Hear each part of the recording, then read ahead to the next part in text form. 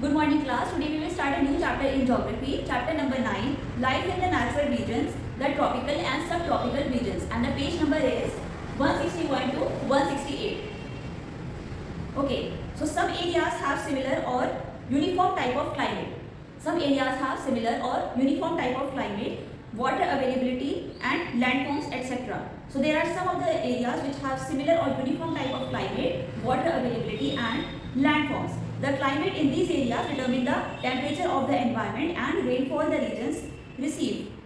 So the climate of these areas determine the type of temperature that will be there in the environment and also the amount of rainfall that these areas will receive. They can receive heavy rainfall as well as they can receive a very short rainfall. So this will be decided by the climate of the region. Right? Then see page number 161. The region with uniform type of climatic conditions, natural vegetation and more or less similar pattern of human activities are termed as natural regions. So natural regions are those regions which have a uniform type of climatic conditions. They have a uniform type of climatic conditions and the natural vegetation are more or less similar. The natural vegetation is also more or less similar and the human activities, the pattern of human activities is also very similar. Right. So these regions have uniform type of climatic conditions. They also have similar type of natural vegetation and they also have more or less similar pattern of human activity. What does it mean that they have similar pattern of human activities? It means that the similar pattern of human activities mean that the type of clothes they wear, the people that live in these regions, what type of clothes do they wear, right? And the houses they live in, what type of houses these people build in these regions, right? Then their lifestyle and the food they eat. The people living in the different regions, what type of food do they eat? Right? The natural region in which the people are living, what type of food do they eat? What type of houses do they build? And what is the type of the lifestyle that they have and the different types of clothes that they wear? Right? So this is the similar pattern of human activities that is there in the natural regions. This is the similar pattern of human activities that is there in the natural regions. Okay, so in this chapter we will explore some of the natural regions. And we will also see how the man has adapted himself to the different conditions of life in different natural regions. Okay, so we have discussed the definition of the natural region which is there in your book, page 161. Some of the examples of natural regions are the dense rainforest, tropical hot desert, dry grasslands, tropical monsoon regions. So these were some of the examples of natural regions.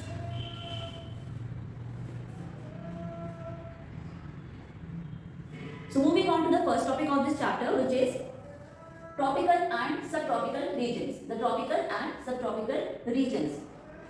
So first we will have to understand the meaning of tropical and subtropical regions, and to understand that let us discuss some of the important terms. So first one is, what is a latitude? A latitude is the measurement of distance north or south of the equator. So a latitude is the measurement of distance north or south of the equator. It is the measurement of distance north or south of the equator. We will discuss further about latitude later in the chapter.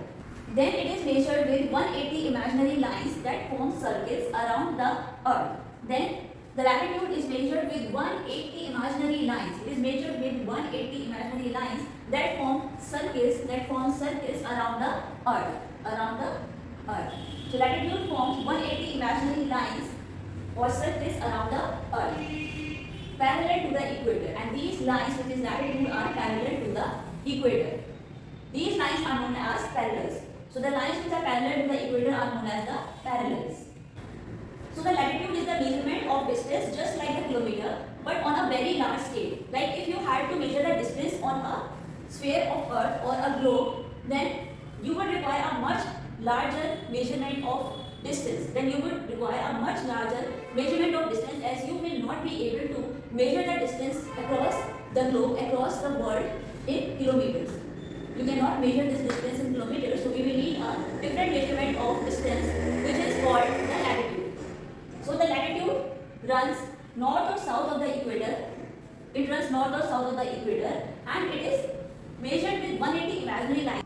Latitude is measured with 180 imaginary lines, that is it has 180 imaginary lines, and the lines are imaginary, that is that they are not the real lines around the globe, around the sphere of the world. These are just imaginary lines that we make up in our own mind so that we can measure the distance around the earth, right? Then these latitude form circles around the earth parallel to the equator. Then the latitude forms circles around the world which are parallel to the equator. These lines are known as parallels, and the lines which are parallel to the equator are known as parallels. The equator is the line of 0 degrees latitude. The equator is at the 0 degrees, and each parallel measures 1 degree north or south of the equator. Like if this is the equator, then we have a parallel right here, 1 degree north to the equator, and we have another parallel 1 degree south to the equator. Then we have another parallel which is also 1 degree south to the equator. Then we have another parallel which is now 2 degrees south to the equator. Then we have third parallel which is now 4 degrees south, which is now 4 degrees south to the equator. This is how the parallel measures 1 degree north or south of the equator. So the parallels extend up to 90 degrees north of the equator and 90 degrees south of the equator. Like if this is Earth, then this is the equator, this is the equator. Then these latitude extend up to 90 degrees north, 90 degrees north. Like if this is 1 degree, this is 2 degree, this is 3 degree, 4 degree. So it extends up to 90 degrees north and also 90 degrees south. 90 degrees south. Right? We will discuss all of these points with the help of a figure. Let us see now. Okay, so now see the figure that I have drawn here. These are the latitudes. These parallel lines to the equator are called the latitudes, and these lines are 180 in number. These lines are total 180 in number, and these lines are parallel to the equator. These latitudes are parallel to the equator. As you can see that these lines are running parallel to the equator. Right? This point is called the North Pole, and this point is called the South Pole. And the latitude at the North Pole is 90 degree north, and the latitude at the South Pole is 90 degree south. So these were the latitudes which run parallel to the equator, and these are total 180 number of lines. And equator has the latitude of 0 degrees. Equator has the latitude of 0 degrees. Okay. So a circle of latitude is an imaginary ring around the earth, right? A circle of latitude is an imaginary ring linking all the points sharing a parallel. Like if this is a point, this is another point, this is another point. So this latitude links all the points which are parallel to the equator. You know what is the meaning of word parallel? The parallel word means that the distance between the 2 points is equal to the distance between the other 2 points, right? If this is 1 point, this is 1 point, the distance between these 2 points is equal to the distance between these 2 points, and it is also equal to the distance between these 2 points. It is also equal to the distance between these 2 points. This is called as parallel. So our latitude links all the parallel points which are there to the equator. All the points which are parallel to the equator are linked by the latitude. Like these are the different points on the these are the different points that are parallel to this equator. This latitude is linking all of those points which are parallel to the equator. Now see the figure that I have drawn here. This is the figure of Earth, and here we have the equator. This line which runs from the center of the Earth is called the equator, and it has the latitude of 0 degrees. So the latitude of 0 degrees is also called the equator. This is a line which runs from the center of the Earth. Right? Then we have the lines Tropic of Cancer and Tropic of Capricorn. The Tropic of Cancer is at 23 degrees 27 minutes to the north, and Tropic of Capricorn is 23 degrees 27 minutes to the south, right? In between these tropics, that is the Tropic of Cancer and the Tropic of Capricorn, we have the area which is called the tropics. This region which is in between the Tropic of Cancer and the Tropic of Capricorn, that is from 0 degrees to 23 degrees 27 minutes north up to here, and 23 degrees 27 minutes to the south of the equator. This region is called as the tropics. Then we have the subtropics which are just above the tropics. So up to here we have the area of subtropics and tropics, and up to here we also have the area of tropics and subtropics. And if we only want to know the area of the subtropics, then this is the area of subtropics. Let us see what type of climate is there in the tropic and subtropical areas. See page number 161. It is given that the tropical and subtropical regions of the world extend from equator to 30 degrees north and 30 degrees south. The Tropic of Cancer demarcates tropical region in the northern hemisphere. The Tropic of Cancer demarcates the region of subtropics and tropics in the northern hemisphere, and the Tropic of Capricorn demarcates the region of tropics and subtropics in the southern hemisphere. Like this is the southern hemisphere of the earth and this is the northern hemisphere of the earth. Okay. The Tropic of Cancer demarcates tropical region in the northern hemisphere. The Tropic of Cancer demarcates the region of tropics in the northern hemisphere. This is the northern hemisphere. Right? This is the whole sphere of earth and this is the northern hemisphere and this is the southern hemisphere. This is the southern hemisphere. So, the Tropic of Cancer demarcates the tropic area in the northern hemisphere and the Tropic of Capricorn demarcates the area of the tropics in the southern hemisphere. Right? Different types of natural regions exist within the zone.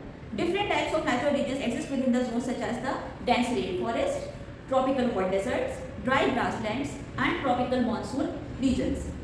The region extending between 0 degree north and 0 degree south of the equator is known as the equatorial region. Right? So this region which is 10 degrees to the north, 10 degrees to the north and 10 degrees to the south of the equator and 10 degrees south of the equator is called the equatorial region. It is called the equatorial region. This region extends up to 10 degrees north and 10 degrees south from the equator.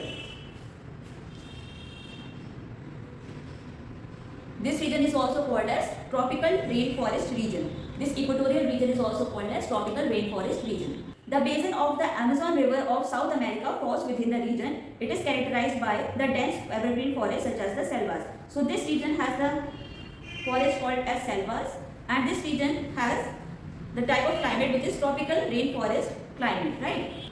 This region is characterized by evergreen forest known as the selvas. This region, this equatorial region or the tropical rainforest region is characterized by the forest called as selvas. These forests are a type of evergreen forest. Let us now understand what are evergreen forests. Evergreen forests, also known as rainforests, are forests in which there is no complete or seasonal loss of leaves. There is no complete or seasonal loss of leaves. It means that there are certain seasons in which the trees and plants shed their leaves. There are certain seasons such as the fall season and the winter season that the certain plants shed their leaves. Right? So, in evergreen forests, the trees shed old leaves and produce new ones throughout the year. The trees in these types of forests, which is evergreen forest or the rainforest, the trees in these regions shed their leaves throughout the year. They shed their leaves throughout the year rather than shedding them in a particular season. Some trees shed their leaves in particular season while some trees shed their leaves throughout the year. Right? They shed their leaves throughout the year. So these types of forests which shed their leaves throughout the year are called as evergreen or rainforest. The new leaves are produced throughout the year and the trees may be conifers or hardwoods. The trees may be conifers or hardwoods. Air temperatures are relatively high and relative humidity is uniformly high. The air temperatures in these forests is very high. The air temperature in these forests is relatively high. There is a relatively high temperature in these forests and relative humidity is uniformly high. And the humidity, which is the content of water in the air, the content of water in the air is always high in these type of forests. Then the type of plants that are found in these type of forests are either the conifers or the hardwoods. Let us see some of the figures of these two types of plants. See the figure that I have drawn here. This is an example of conifer plants and this is an example of hardwood plants. These type of plants are found in the tropical rainforest or the evergreen forest. Right? These type of plants are found in the equatorial regions. So as you can see that the conifer plants have very pointed leaves. The leaves are like needles and these are very pointed leaves, and the hardwood plants have a very broad leaf. The hardwood plants have leaves that are very broad, right? An example of that is oak leaf. As you can see, this is an oak leaf and this leaf is very broad. So this is an example of hardwood plants. And here the conifer plants have very thin needle-like leaves and these are example of conifer plants. One example is also the Christmas tree that we decorate on 25th of December. That is also an example of the conifer plants. Right? See, the second longest river in the world after Nile is the long.